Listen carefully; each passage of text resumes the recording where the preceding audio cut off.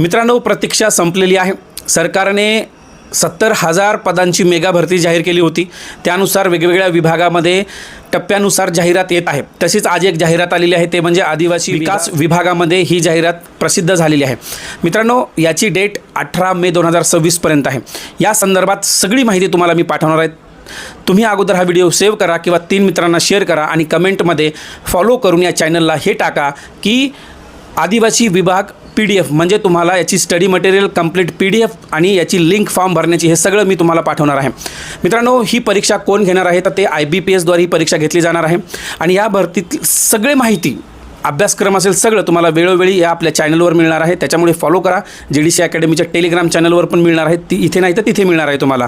तर विशेष म्हणजे ही परीक्षा घेतली कशी जाणार आहे तर हे ऑनलाईन पद्धतीने परीक्षा होणार आहे. याच्यामध्ये एकूण प्रश्न असणार आहे 100 आणि एकूण गुण असणार आहे 100 आणि त्याच्यासाठी तुम्हाला वेळ मिळणार आहे 90 मिनिटाचा.